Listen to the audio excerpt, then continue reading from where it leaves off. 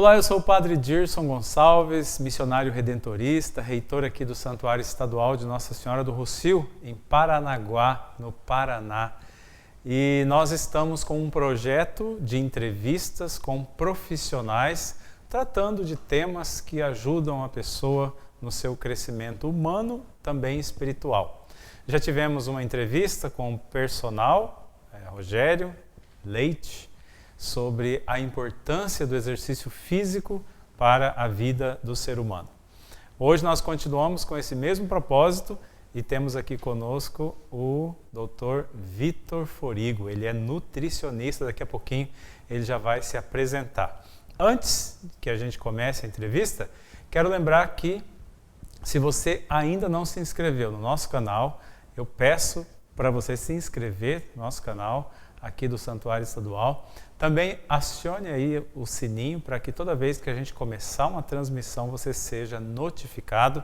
E se você ainda não nos segue nas redes sociais, estamos presentes aí no Facebook e no Instagram. Pode se inscrever lá também. Cada vez que você se inscreve num desses canais, você está ajudando aí na evangelização e também a tornar Nossa Senhora do Rossio cada vez mais conhecida e amada. Muito bem, vamos então conhecer o nosso entrevistado de hoje, Dr. Vitor. Muito obrigado pela sua presença aqui hoje conosco nesse debate aí falando sobre fé, ciência, para ajudar o ser humano, né, no seu crescimento humano e espiritual.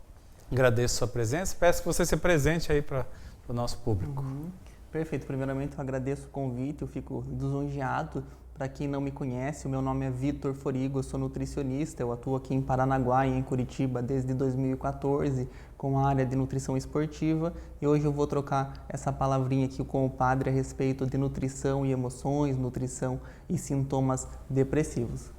Muito bem, muito obrigado. Vou contar uma particularidade. Quando eu cheguei em Paranaguá há 2 anos, depois de um certo tempo, eu não conhecia a cidade nem as pessoas e eu precisei de um nutricionista.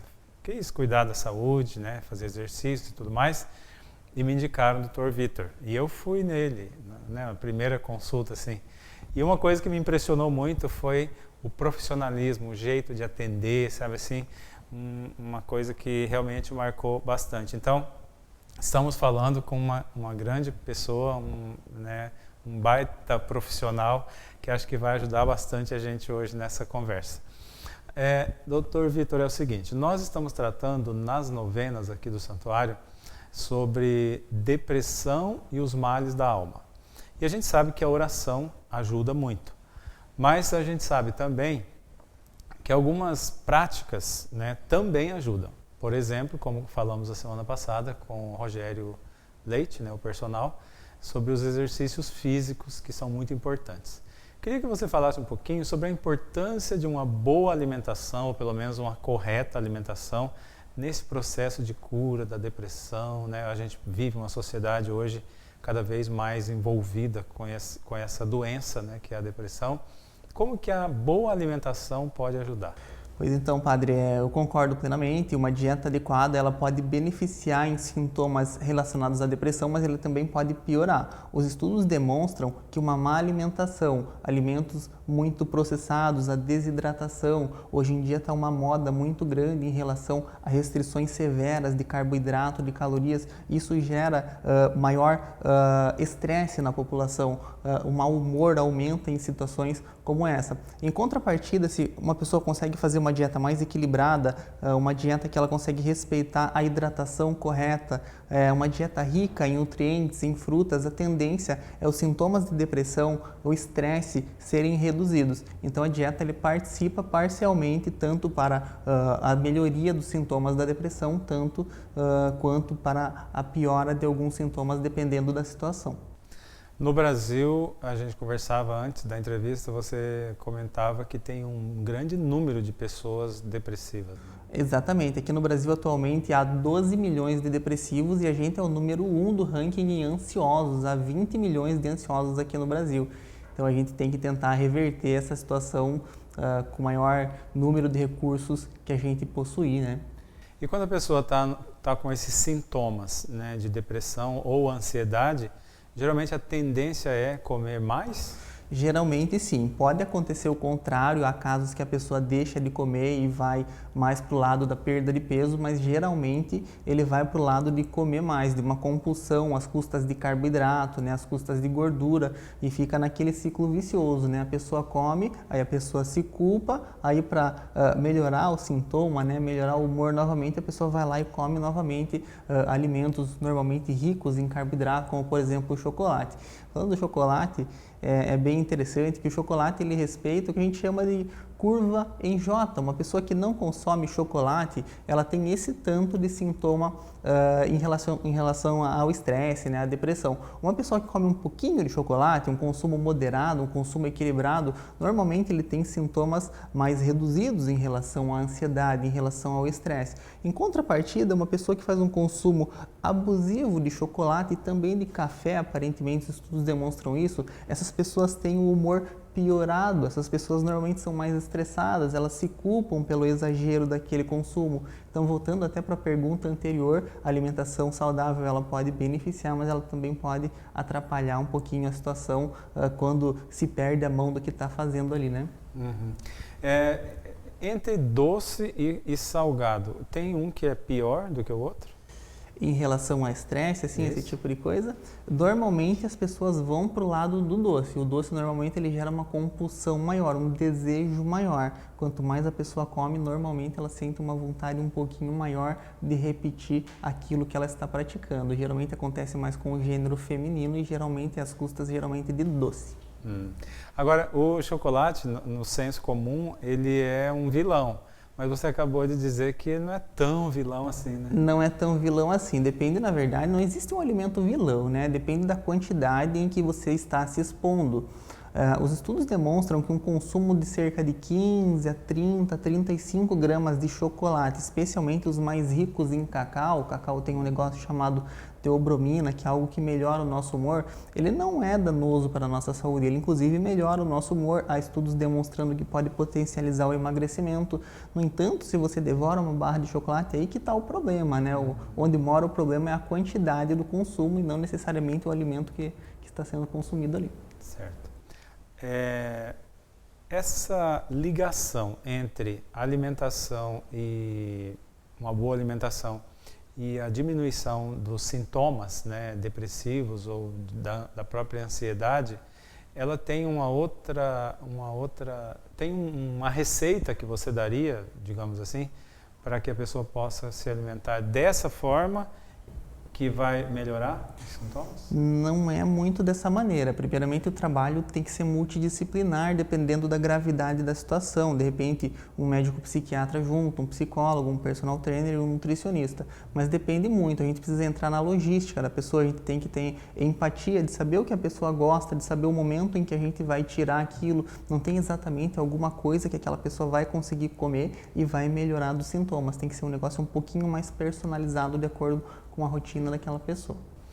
Agora, na sua área que estuda exatamente essa questão da alimentação, o brasileiro, ele se alimenta bem, mais ou menos, ou mal? Não se alimenta bem, não. Não se alimenta bem. O último dado que a gente tem demonstra que a população tem cerca de 54% de indivíduos obesos ou com sobrepeso. A obesidade, mais da metade da população. É muita gente, né? Isso acontece em decorrência do sedentarismo e de uma má alimentação, né? Mas essa questão do sobrepeso, alta de peso, não é uma tendência mundial? A gente vê nos Estados Unidos, por exemplo, é uma preocupação constante. Sem dúvida, não é exclusividade do Brasil, não. A maioria dos países estão nesses moldes aí. A alimentação não está muito legal, não. As pessoas têm que se conscientizar um pouquinho mais. Existem algumas recomendações mais clássicas em relação ao consumo de água, em relação ao consumo de fibra, em relação ao consumo limitado de gordura, e a população normalmente não consegue respeitar essas recomendações. A título de curiosidade, aqui, por exemplo, o sódio. A recomendação de sódio do dia, de sal, na verdade, é de 5 gramas e a população consome uma média de 12 gramas. Então, a população encontra uma dificuldade muito grande de chegar na recomendação de determinados nutrientes ali, né? Água é um tema importante porque a gente sempre ouve falar, tem que beber mais água. Eu, né, na nossa consulta, posso expressar aqui que eu percebi que eu bebo muito aquém do que deveria. Qual que é a quantidade necessária e por que a gente deve beber mais água? Então, a água, inclusive falando do nosso tema aqui, a água participa bastante da questão cognitiva, o nosso humor fica melhor tomando água e ela participa de outras funções também, como redução de pressão alta, melhoria da função renal. A quantidade de água não é exatamente aqueles 2 litros, né? Geralmente a gente fala tem que tomar 2 litros. A quantidade é um pouquinho mais personalizada. Você que está em casa poderia inclusive fazer o cálculo. É uma média de 35 ml por quilo de peso corporal. Então um sujeito que pesa 100 quilos, ele deveria consumir cerca de 3 litros e meio de água. É uma conta relativamente fácil que você que está nos assistindo aí pode fazer e ver se você está atingindo essa média. Eu acho que não. Geralmente as pessoas não atingem essa média. Geralmente está abaixo. No seu consultório, muitas pessoas ou alguma vez alguém já procurou você por causa de problemas emocionais e que precisava melhorar a alimentação? Então, geralmente não é esse o foco, mas geralmente as pessoas vêm com isso junto, né? Então, o meu público maior geralmente é de sobrepeso e de obesidade. Essas pessoas flertam com a depressão, com sintomas depressivos. Então, quando a gente consegue reverter um quadro de obesidade, um quadro de sobrepeso, consequentemente essa pessoa fica com a autoestima mais elevada.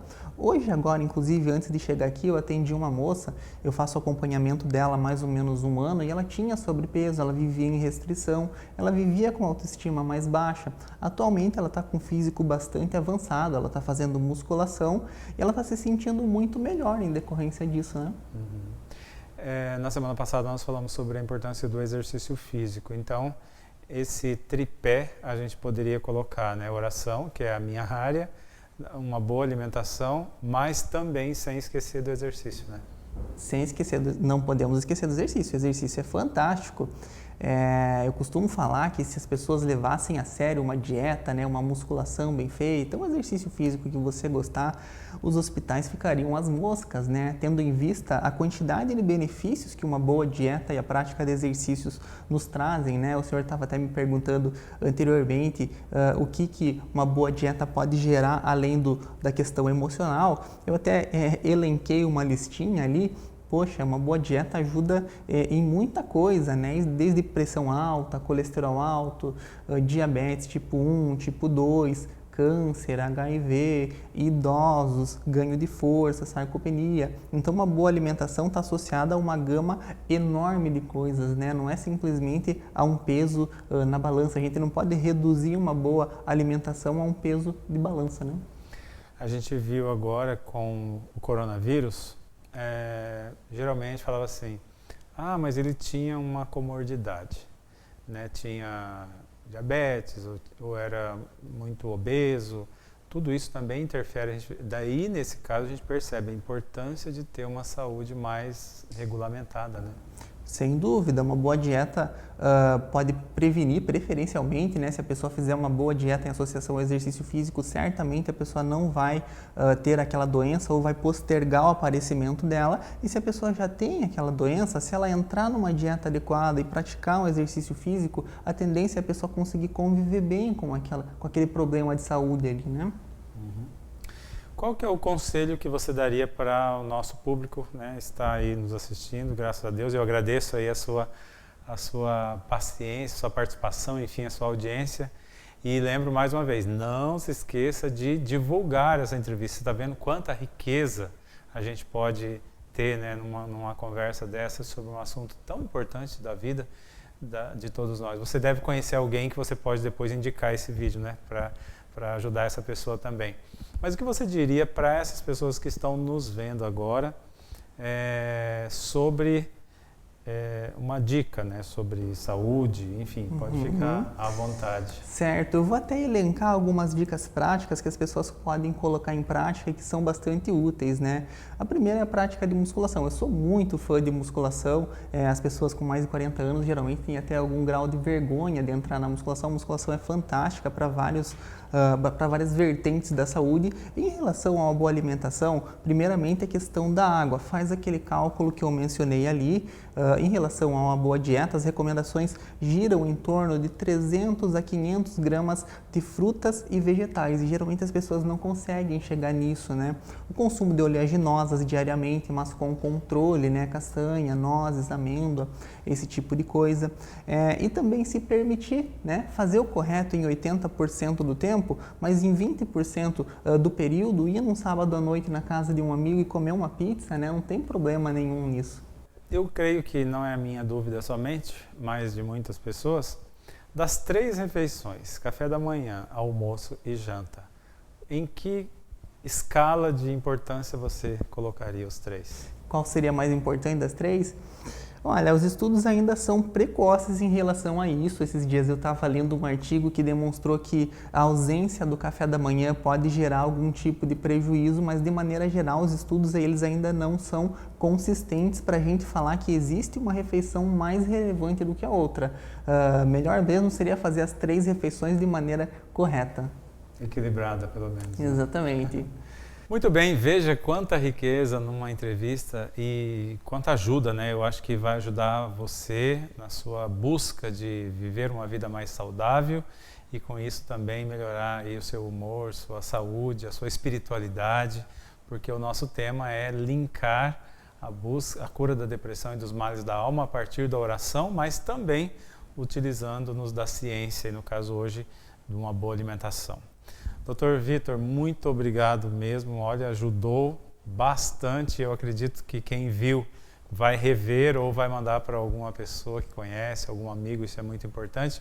Não se esqueça de se inscrever no nosso canal, semana que vem nós teremos outra entrevista com outro profissional e a gente espera você. Se você quiser rever a da entrevista passada, que foi com o personal, o Rogério Leite, você pode rever também, que está aqui no nosso canal do YouTube.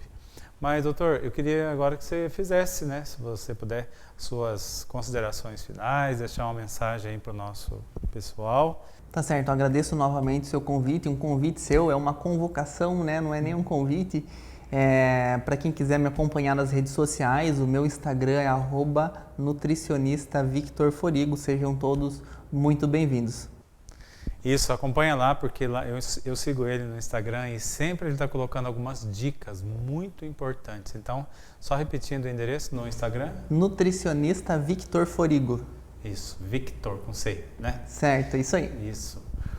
Muito obrigado pela sua presença, muito obrigado pela sua audiência. Divulgue esse nosso canal, se inscreva. Estou insistindo nisso, gente, porque a gente precisa de mais pessoas inscritas no nosso canal e você pode ajudar a gente nessa missão aí de atrair cada vez mais pessoas para o Santuário do Rossio. Dr. Vitor, que Deus te abençoe, Nossa Senhora do Rossio interceda por você, pelo seu trabalho, né, pela sua profissão. Você é um excelente profissional, parabéns e que Nossa Senhora sempre te proteja. Um grande abraço para você, fique com Deus e até nosso próximo encontro.